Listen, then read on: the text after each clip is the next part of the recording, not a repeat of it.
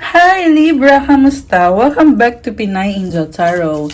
This is your November kapalaran para sa mga Libra, Sun, Moon, Rising, and Venus signs, love and career reading. Tingnan natin kung anong energies ang connected sa'yo ngayon at kung anong paparating, kung anong papunta sa'yo. So, kumusta kayo guys? I hope okay naman kayo mga Libra. Comment present para alam ko na nanood kayo. I-like nyo na tong video na to show your support for more videos to come. So, tingnan natin ang unang mensahe para sa'yo. Date! Wow! The Grim Reaper wedding rings. Oh my gosh. Merong person na gusto mo siya pero naguguluhan ka kung papapasukin mo ba yan sa buhay mo o hindi. Kasi dito yung Grim Reaper. So, pwede mo siyang i-reject at the same time, pwede mauwi sa commitment. Andito yung wedding rings. Yung iba kasi gusto nyo na mag-settle down. Hindi lang yung iba. Generally, ang Libra ngayon gusto mag-settle down. Pero, naguguluhan ka merong transformation na paparating. I feel like yung iba sa inyo guys, gusto niyo na talagang siya na yung the one para sa'yo. Kasi lumabas dito yung eternal love na energy. And masaya kapag kasama mo siya para lang kayong laging nagdi-date. At yun ang gusto mo, yun ang kailangan mo sa buhay mo. Okay, tingnan natin yung next na energies. Calling in your soulmate. Oh my gosh! Chemistry. Healing family issues. So, merong soulmate connection talaga dito guys. Malalim at matindi yung pagmamahal mo sa taong yan. Gusto nyong isa't isa. At the same time, may mga issues sa paligid nyo ngayon na yun yung parang hindi mo pa maayos sa ngayon. Pero kung sa attraction, yes, gusto mo siya. And gusto mong mag-workout yan. Kaya tingnan natin. Next card. Surrender to the divine full moon. Oh my gosh. So, i-surrender mo daw. Huwag mong masyadong problemahin. Parang I feel like yung ibang Libra kasi napipressure kayo sa connection na yan na para mapanindigan nyo yung relasyon nyo or yung connection ninyo. Pero ang sabi dito, i-surrender mo daw. Ibig sabihin, huwag mag-alala kasi mangyayari din kung ano yung meant to be para sa inyo. Okay? Yung iba naman guys, may na-feel ako na naghahanap kayo ng soulmate nyo o yung taong makakatuluyan nyo. Nagsastruggle kayo pero ang gusto nyo lang naman is yung mag-settle down kayo kasama yung taong mahal nyo. Okay, tingnan natin from the tarot. So far, so good. Okay. Nga pala, kung kailangan nyo po ng gabay, pwede kayo magpa-private reading sa akin. Kunyari nag-resonate kayo at gusto nyo ng more information. Pero may bayad po yun kapag private reading. So, mag-message lang kayo sa akin sa social media accounts ko, sa Facebook, sa Instagram, or sa Viber, or sa WhatsApp ko. Lahat ng details ko, andyan po sa ilalim ng video na to, sa description box. I-click nyo na lang yung link ko dyan. At andyan din yung number ko sa Viber saka sa WhatsApp. Okay. Ready ko lang yung cards nyo guys. And also, sa mga nag-i-inquire about crystals, marami at iba-iba pong mga crystals. Mamaya after the reading sabihin ko sa inyo. Okay? Kaya make sure naka-follow kayo sa Instagram ko kasi dun ko pinapost yung mga detalye tungkol sa crystals, yung mga benefits, yung mga iba-ibang benefits. Ayan. Mamaya, I will tell you more. Okay, so ito na. Ang overall energy mo is 2 of Swords. Nagdadalawang isip ka. Sabi ko na 50-50 ka Gusto mo mag-settle down. Pero at the same time, hindi maalis yung takot. Pag lumabas kasi itong card na to, it symbolizes fear. Kita mo naka-blindfold yung mga mata niya. Ang dahilan ng fear na yan is dahil pakiramdam mo, hindi mo pa napag-aralan yan or hindi mo pa naintindihan or hindi mo pa alam yung buong kwento. Kaya trap ka sa isip mo, hindi ka makapag-desisyon.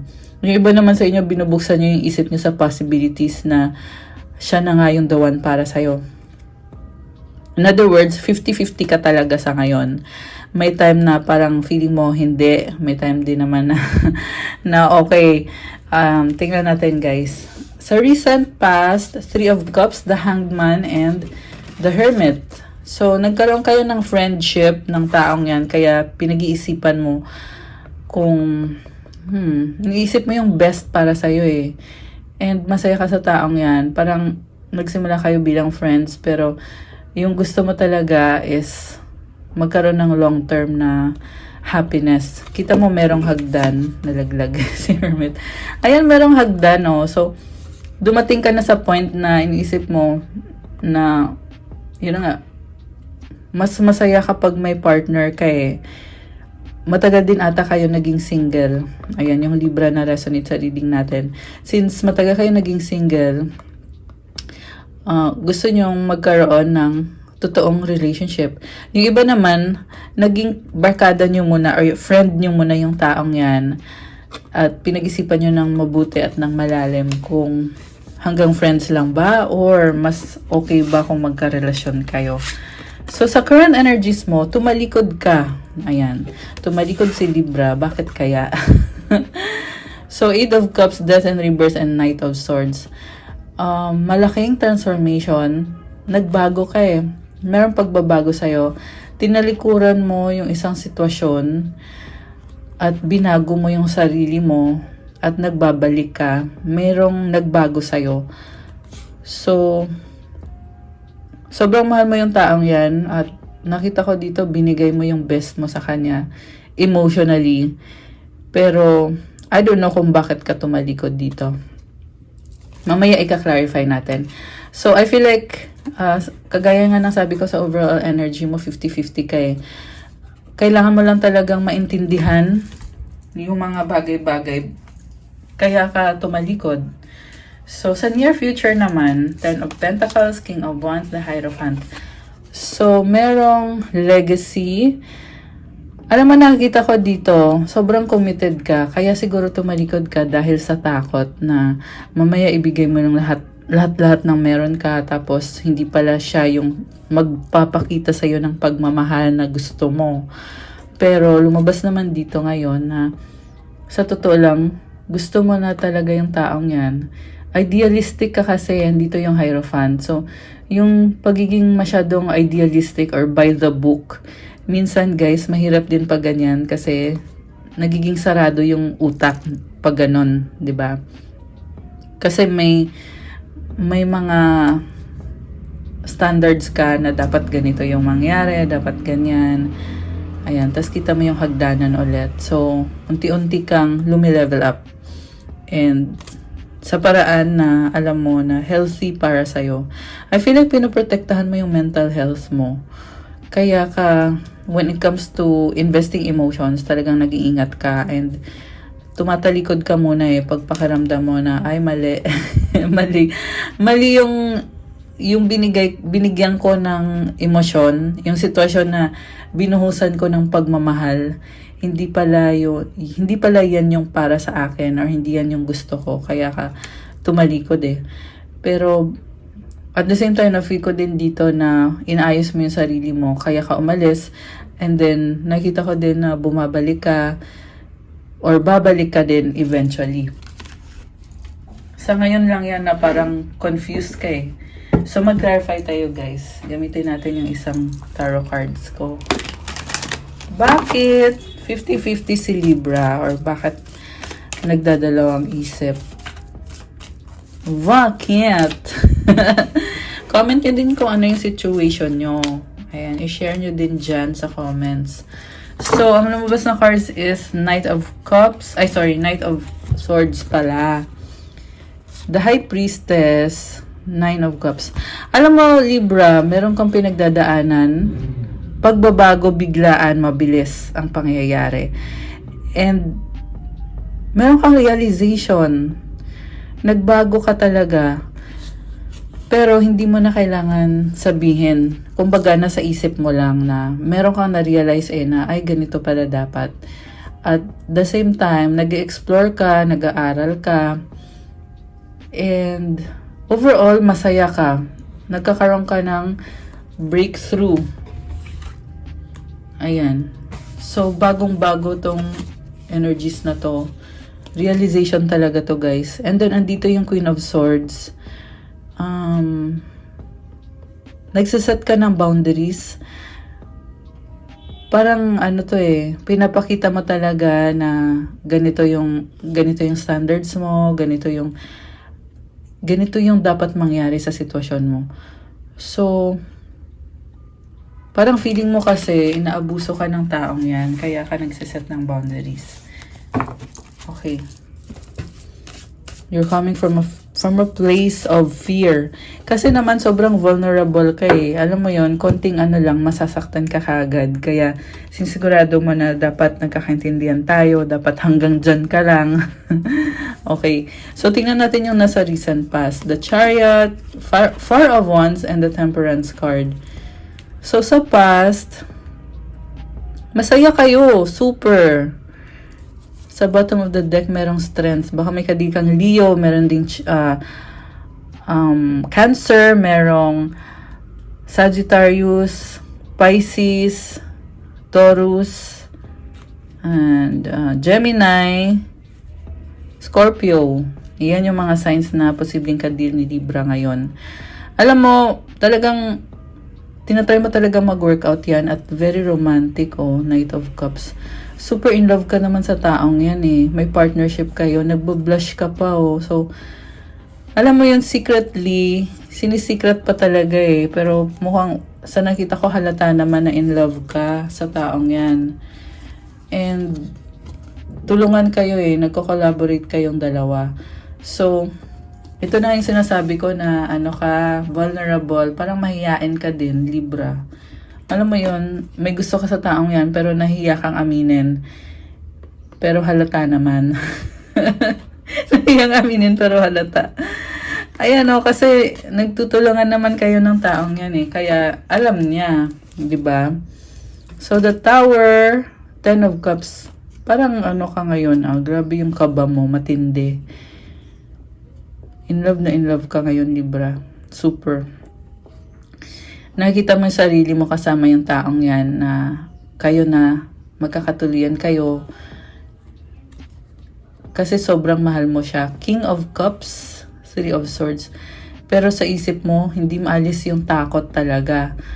And ang nakita ko dito nangyayari is dahil sa takot mo, tinatalikuran mo siya, naghahanap ka ng ibang diversion. Okay, may lumabas din na third party, the Sun and the Queen of Wands. So, yeah, third party. For some Libras, merong third party na binabalikan nyo. And, merong communication So, possible na makipag-usap sa'yo yung other person na yan. Ayan. Okay. Nakakaloka. Parang sana dalawa ang puso ko. Yan yung narinig kong mensahe dito. So, torn between. Torn between.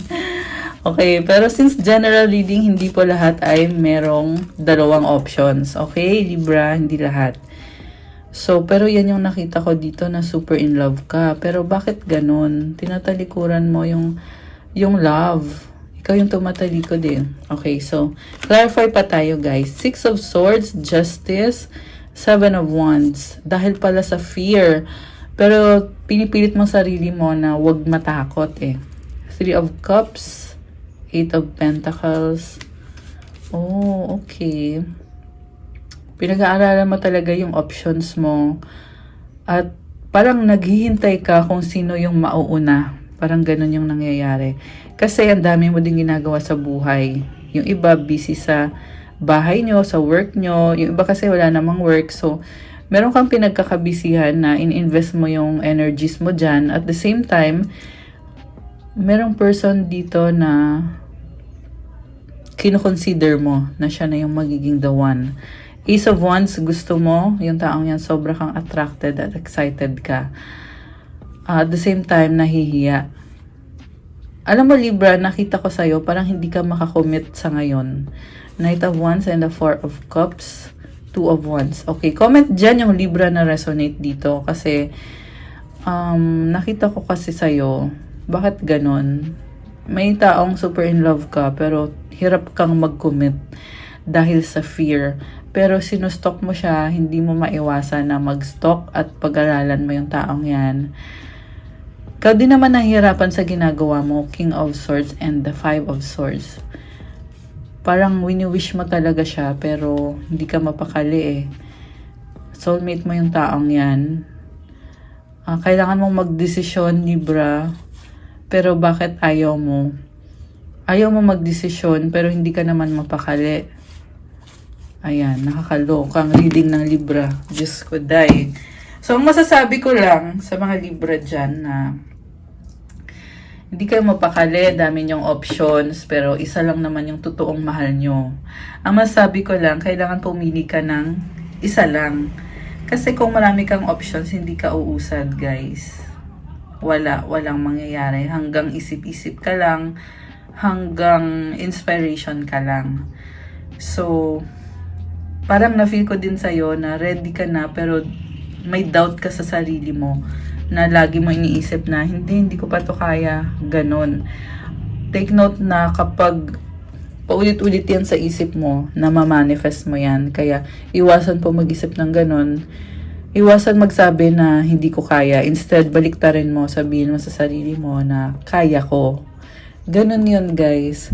Kasi naluloka talaga ako sa reading nyo ngayon, Libra. Ang daming death card na lumabas. Kahit kanina dito sa tarot deck na to, lumabas din yung death card. Which is, it symbolizes na, kumbaga andun ka na sa verge na pinili mo na yung taong yan, tapos biglang, ay hindi, ayoko. Ganon. So, nakakaloka. Okay. Anong outcome dito?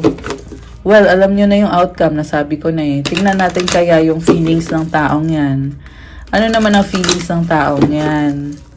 'Di ba? Kasi kung ako yung taong yan, maluloka din ako. Anyways, okay. 10 of Swords, Page of Swords, 6 of Pentacles. Alam mo yung outcome dito, andyan pa rin siya. Andyan pa rin siya. Queen of Wands, 7 of Pentacles. Yung person mo, marami ding humahanga sa kanya. Busy siya sa trabaho or sa pagiging practical. Ayan, Libra. So, sobrang busy siya. Pero, may bago siyang idea dito eh. Ano kaya to? Judgment and the Ace of Swords. 3 of Cups. 8 of Pentacles. Emperor. Knight of Pentacles. So, may nakita ko dito na parang nag-improve yung stability. Okay? Possible din naman na ikaw to. Nag-improve yung stability. Ang isip nyo kasi is long term. Yung pangmatagalan talaga.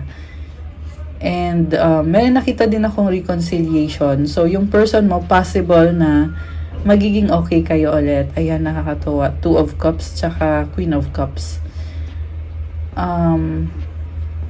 Kailangan lakasan mo lang ang loob mo. Dito kasi nakita ko dito sa cards na to, lumakas yung loob mo.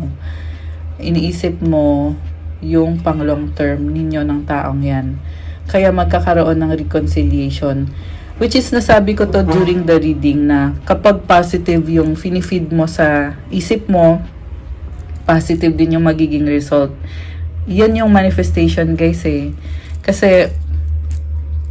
Kasi kung ano yung iniisip mo at sinasabi mo sa sarili mo, talagang namamanifest siya. So, pag yun yung ginawa mo pa ulit-ulit, magiging pabor din sa'yo yung outcome. Okay, yan lang yung advice ko sa'yo dito. Kasi nasa dulo, merong reconciliation. Although yung person mo parang mahihain siya, no? Parang nahiya siya sa'yo. Pero sobra kang mahal at taalagaan ka ng taong yan. Baka may kadikang water sign, Cancer, Pisces, Scorpio, Earth sign, Capricorn, Taurus, Virgo, Fire sign, Aries, Sagittarius. Although kahit naman anong sign pwede. Okay? Mahiyain yung person mo. Oo, super. Super mahiyain. Kaya kung nagpapakita ka ng sign na hindi ka sigurado, malamang siya din. 'Di ba? Kasi nakadepende sa iyo eh. Nakatingin siya sa iyo eh na gusto ba talaga ako ni Libra, kasi kung hindi naman, hindi ko naman ipipilit yung sarili ko sa kanya. Okay? Kuha tayo ng last cards. Anong outcome for Libra? Comment yung mga resonate dyan. So, Six of Cups, the Death card, and the Sun card. Oh my gosh! Ito na, naging positibo na si Libra. So, ang masasabi ko lang, heal yourself. Heal yourself kasi may bagong simula para sa'yo. Ang advice sa'yo is, be grateful for what you have. Excuse me lang, guys. Okay. So, be grateful for what you have.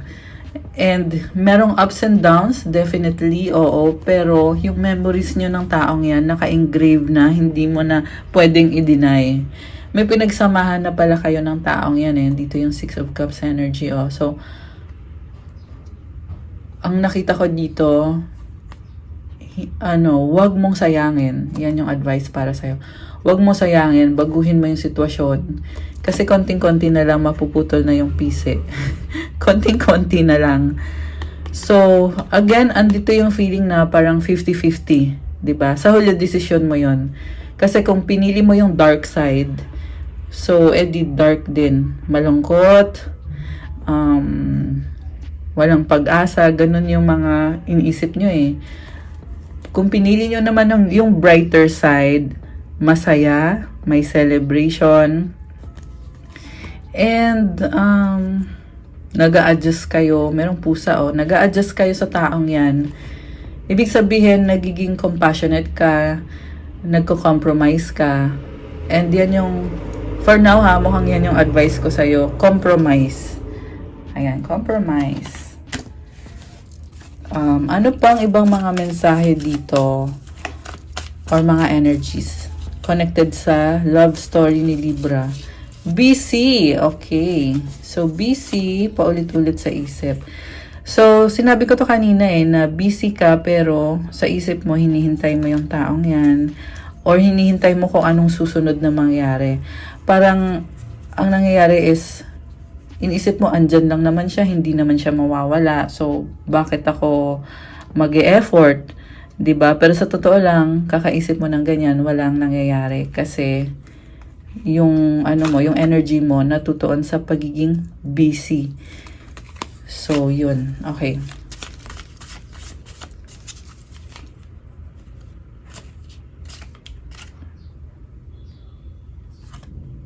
Nagmamahalan together. Ooh, nice. Ikaw lang loyal. Uy, this is nice, oh. So, there is loyalty and love. Flirting. Okay, sino kaya yung malandi na yan? Dreaming of you. Okay, ayan. So, ikaw. Malakas yung attraction talaga dito. Kanina nga merong chemistry na cards. Malakas yung chemistry ninyo. O, diba? Faith, hope, and inspiration. This is nice. So, kapag may faith, may pag-asa, inspired ka, masaya ka, positive din yung na-attract mo. I need help, codependent. Oh my goodness. Goodness! Char. You're special. And takot. Oh my goodness. Diyos ko day. Takot. Selfish, nakakaloka. Feeling ko ikaw to special. Okay. Pwede din naman na ikaw yan. Special ka sa kanya pero natatakot siya sa'yo. Kaya, nagiging selfish yung person na yan. Okay. Takot masaktan. Mukhang pareho lang kayo. I miss you. Uy. Mutual understanding. Ayan. So, hanggang understanding lang yung iba Walang action Angry, naiinis, ego, tapos na the end, ayusin natin, reconciliation. 50-50 talaga. So, sa huli, decision mo talaga kung hanggang dyan na lang ba or kung ipupursue mo. Kasi may lumabas din dito na bigla ang pagbabago. And, yeah. Sa huli kasi, energies lang din naman yun. So, depende talaga sa'yo kung mangyayari ba yung pagbabagong yan or magsistay ka dun sa 50-50 na energy. Uy, merong sweet Sweet and akin ka lang possessive. Diyos ko, day! Okay. Mukhang merong seloso pa, ah. Yun yung problema kasi may selos factor. 'Di ba? Baka mapunta pa sa iba yung partner nyo. Okay.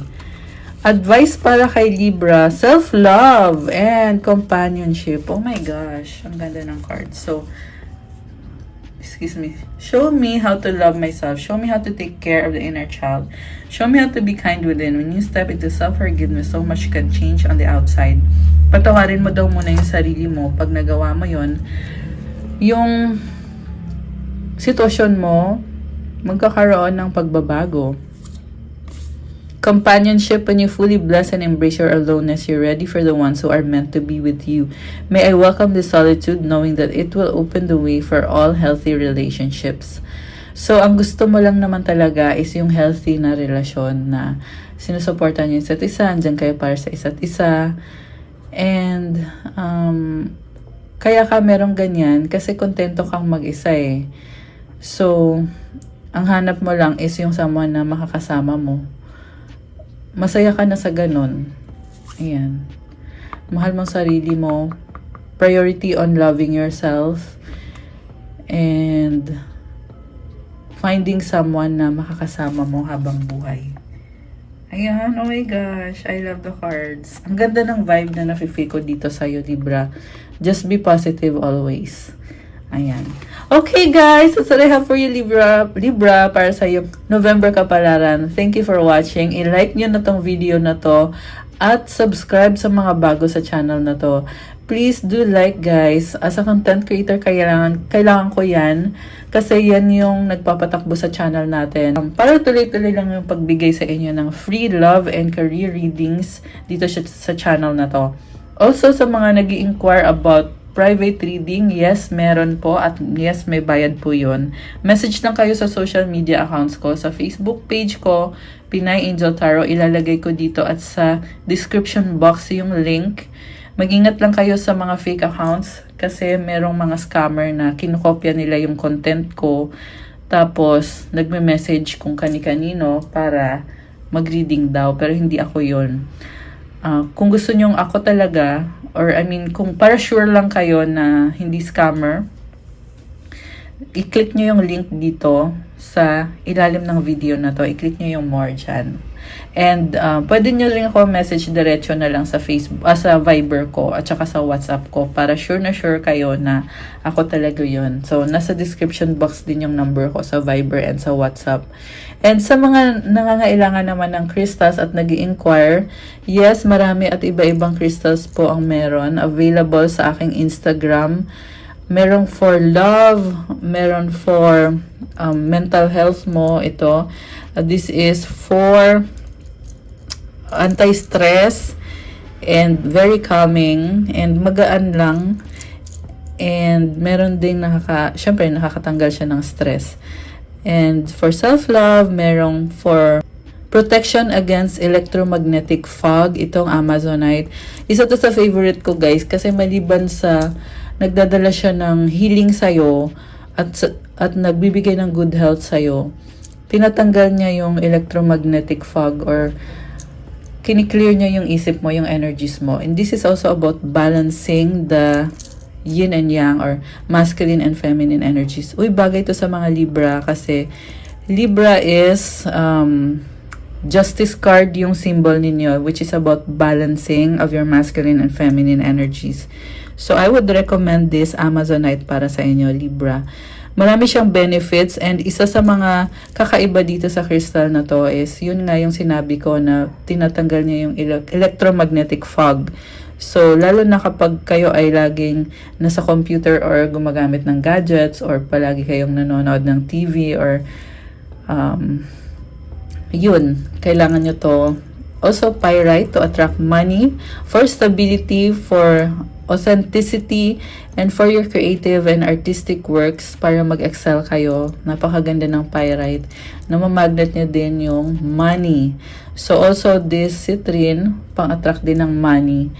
And marami po pong iba actually. Meron akong emerald. Yung price ng emerald is mas mahal siya compared sa mga common na crystals. Kasi yung emerald, hindi siya common eh. Kaya nagtataka kayo kung bakit mahal ang emerald. Yes, mahal nga talaga. Iba talaga yung energy ng emerald. Kaya ganon. Ayan. Anyways, so mag-message na lang po kayo sa akin, okay? Ito pa pala, lapis lazuli with lots of pyrite. So, high quality siya. Message nyo ako. Lapis lazuli, maganda to sa Libra kasi color blue, this is for opening of your throat chakra, for self-confidence. Marami pang ibang benefits. This is also for wisdom and for negotiation, maganda din siya. For business, for career, okay na okay. Lahat actually, kahit for love, maganda. So, ayan, message niya lang ako. So, thank you so much, Libra. I'll see you guys again soon. Have a good day. Stay safe. God bless po sa lahat. Bye!